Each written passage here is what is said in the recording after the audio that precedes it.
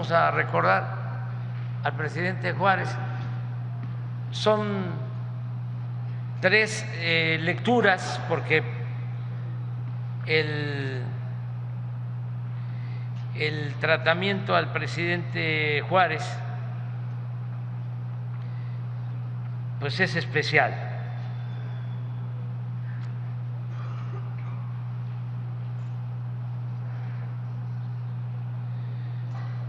Y ayer leímos una parte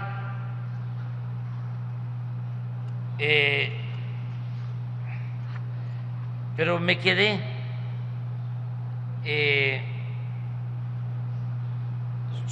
hasta donde define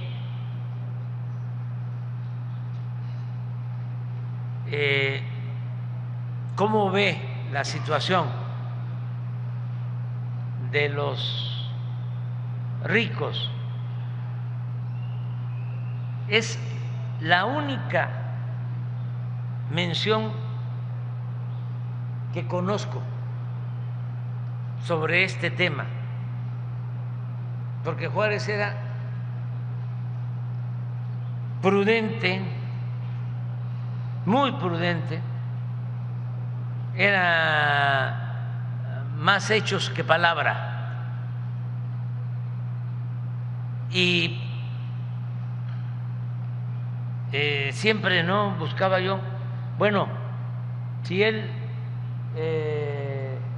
nace y de niño vive en una comunidad indígena, se forma con mucho sacrificio, ¿qué opina de los pobres? ¿O por qué no trata el tema pues de la esclavitud que existía en esa época, de la opresión? Y nada, se dedicaba a defender sus postulados liberales, su gran aporte de separar lo eclesiástico de lo civil, por aquello de que a Dios lo que es de Dios y al César lo que es del César, que en eso fue único. En ningún país se llevó a cabo una reforma así, pero no encontraba nada acerca de la defensa de los desposeídos, de los pobres. Y encontré esta cita que es muy buena. Ayer la leí. Es una carta que le envía a un yerno, a su yerno, y dice: los ricos y los poderosos ni sienten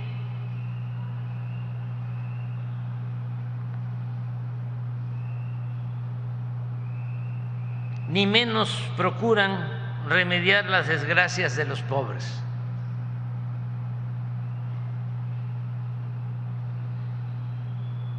Podrá suceder que alguna vez los poderosos se convengan en levantar la mano sobre un pueblo pobre,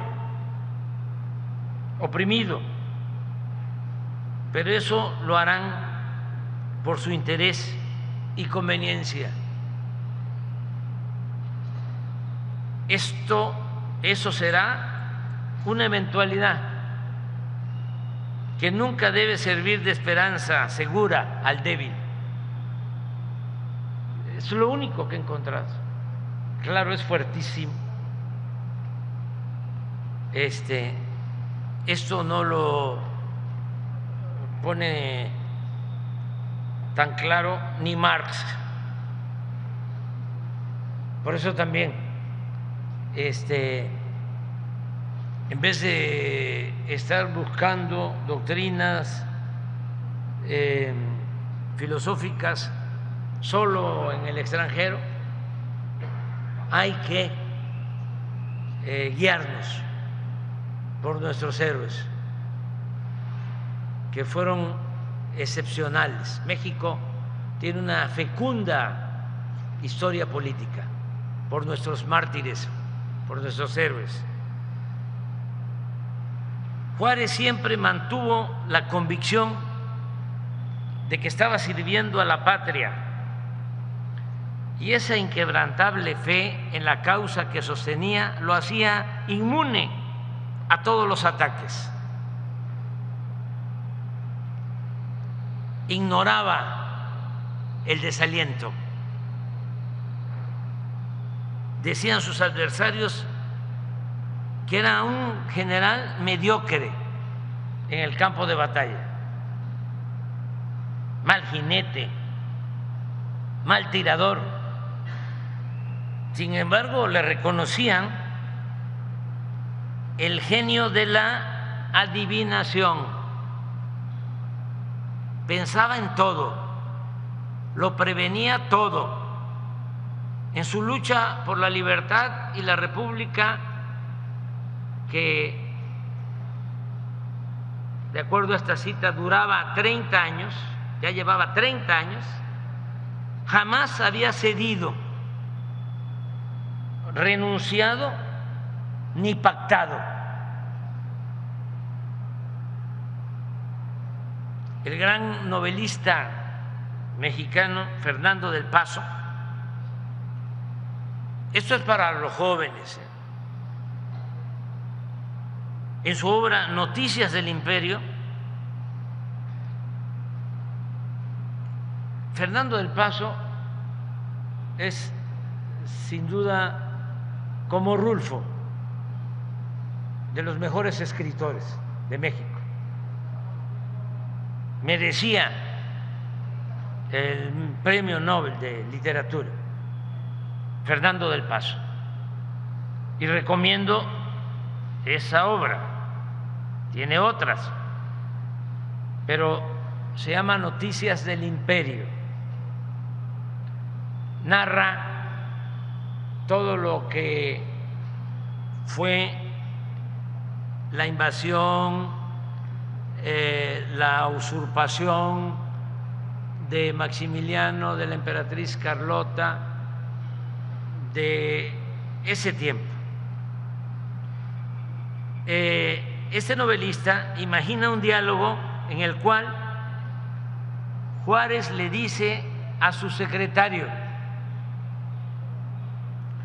yo lo único que sé montar bien es mula, señor secretario, pero después de todo, las mulas saben andar mejor que los caballos por caminos muy difíciles, sin desbarrancarse. ¿No es cierto?, le dice Juárez al secretario. Así es, don Benito. Y el presidente continuaba con su reflexión. A veces, cuando pienso en todos esos libertadores de nuestra América, Bolívar, O'Higgins, San Martín, o hasta el propio cura Morelos, me digo, según la reflexión del presidente Juárez, vas a ser, me digo, todos esos fueron próceres a caballo, pero si tú pasas un día a la historia, Benito, Pablo, vas a ser un prócer de mula.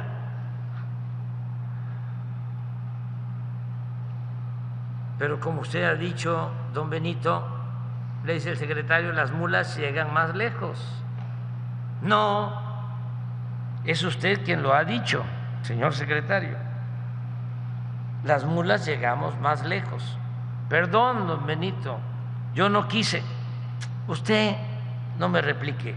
Así es, las mulas llegamos más lejos. También es indispensable recrear los difíciles acontecimientos que vivieron el pueblo de México y el gobierno de Juárez durante la Guerra de Reforma, cuando los liberales se enfrentan a los conservadores, y también en la lucha contra la intervención y el imperio. Juárez fue reformador y al mismo tiempo internacionalista. Es realmente ejemplar. Sabía con claridad que México necesitaba un nuevo Estado, que era indispensable crear un Estado nacional y una república laica, que resultaba imprescindible separar el poder público del clerical y abolir los privilegios detentados por siglos en beneficio de una minoría prepotente y conservadora. Con esta firme convicción, en plena guerra contra los potentados y en situaciones muy difíciles, porque se había ido a refugiar a Veracruz.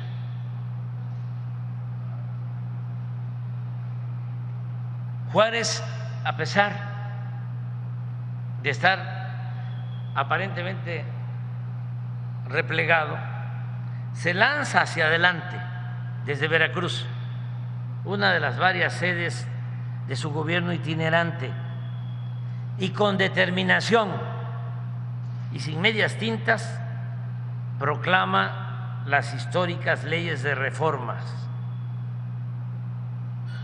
las cuales establecieron la separación entre la Iglesia y el Estado y permitieron expropiar a la jerarquía eclesiástica buena parte de su cuantiosa riqueza, sobre todo las grandes extensiones de tierras que detentaban. En 1859, en el Manifiesto a la Nación, en el que Juárez explica el porqué de estas medidas, opina que el clero puede consagrarse, lo cito, exclusivamente como es debido al ejercicio de su sagrado ministerio. Pues Juárez cree también indispensable, él sostiene que es indispensable proteger en la República con toda su autoridad la libertad religiosa, por ser esta necesaria para su prosperidad y engrandecimiento de nuestro país. Libertad religiosa. Juárez sabía que su apuesta corría el riesgo de ser interpretada como un agravio a las creencias del pueblo.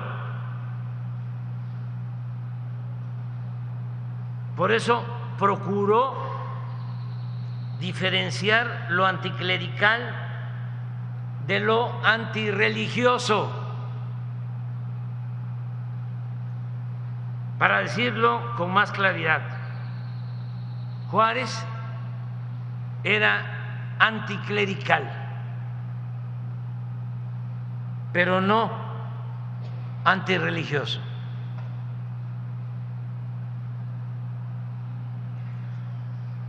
Su lucha era contra el clero, una corporación que acaparaba más que nadie los bienes materiales del país, casi todas las tierras estaban controladas por el clero. Además, mantenía sometidas las conciencias y era dueña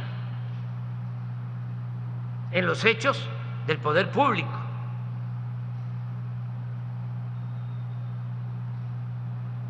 Eran los que protegían a Santana, que fue 11 veces presidente de México. La religiosidad y la libertad de creencia, según los principios de Juárez, debían quedar a salvo, mantenerse inalterable. Y el propio Juárez, que era un gran político y que conocía muy bien los sentimientos de la gente, los sentimientos de los de abajo, se esmeraba en utilizar en sus discursos expresiones místicas y religiosas para que no se manipulara al pueblo. Antes de proclamar las leyes de reforma, siendo gobernador de Oaxaca, al jurar la Constitución de 1857, expresó que con la Constitución, lo cito, triunfaremos porque defendemos los intereses de la sociedad y porque Dios protege la santa causa de la libertad. Más tarde expresaba, lo cito, Dios es el caudillo de las conquistas de la civilización. Una vez separada la Iglesia del Estado y cumplida la frase bíblica de que a Dios lo que es de Dios y al César lo que es del César, Juárez seguía pronunciando frases religiosas. Por ejemplo, decía, existe la voluntad que vence obstáculos, existe el patriotismo que hace milagros. Y a partir de la invasión francesa pedía, abro comillas, a Dios que el triunfo de México sirviera para asegurar la independencia y respetabilidad de las repúblicas hermanas. Juárez y sus cercanos acompañantes, hombres que parecían gigantes, entendieron muy bien cuál debía ser el mensaje al pueblo para evitar confusiones y que no se le manipulara al pueblo. Hasta el mismo Ignacio Ramírez, el nigromante, uno de los anticlericales más definidos del círculo selecto de liberales, que fueron excomulgados por el Papa, llegó a sostener que él se hincaba donde se hincaba el pueblo. Con esa prudencia, sabiduría y con una estrategia política magistral, que eso es lo más importante, porque cómo un grupo de liberales puede llevar a cabo una reforma cuando el clero era tan fuerte. ¿Cómo? En un pueblo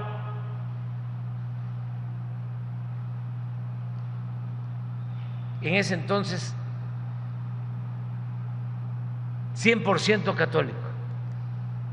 Ahora en el último censo del INEGI, creo que la pregunta sobre religión el 83% de los mexicanos contestó ser católico. Pero imagínense en aquel tiempo, ¿cómo lograr esta reforma anticlerical? Que además en ningún lugar del mundo se llevó a cabo. ¿Cuál fue la estrategia política? Magistral. Consistió en despertar la ambición, el hambre de los propietarios privados que habían entonces, que se cambiaron de partido, de bando, por el interés que tiene pies de quedarse con los bienes o tierras acaparadas por el clero. Se pusieron al mercado las tierras del clero.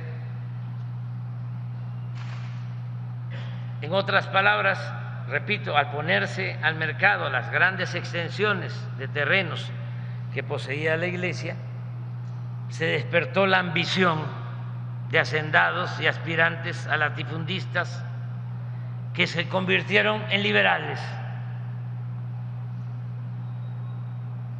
Y esto ayudó mucho a la causa de la reforma.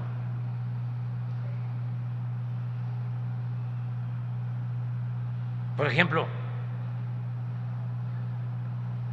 Luis Terrazas, que en el Porfiriato era el gran latifundista de Chihuahua. Se llegó a decir que Terrazas no era de Chihuahua, sino Chihuahua era de Terrazas. Bueno, ese gran latifundista que enfrentó luego con la Revolución Villa fue juarista. Había participado en las filas de los liberales. La familia Carranza en Coahuila, juarista en la hacienda de Cuatro Ciénegas, el papá de don Venustiano, juarista.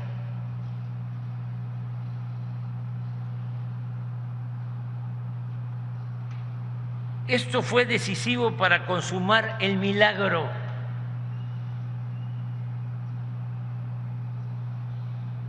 del triunfo de los progresistas contra los conservadores, un logro como ningún otro en el mundo, una excepcional hazaña. Un puñado de liberales juaristas venció a un poderoso y omnímodo adversario. Es como si David hubiese vencido a Goliat. Pero hasta ahí lo dejamos. Mañana continuamos.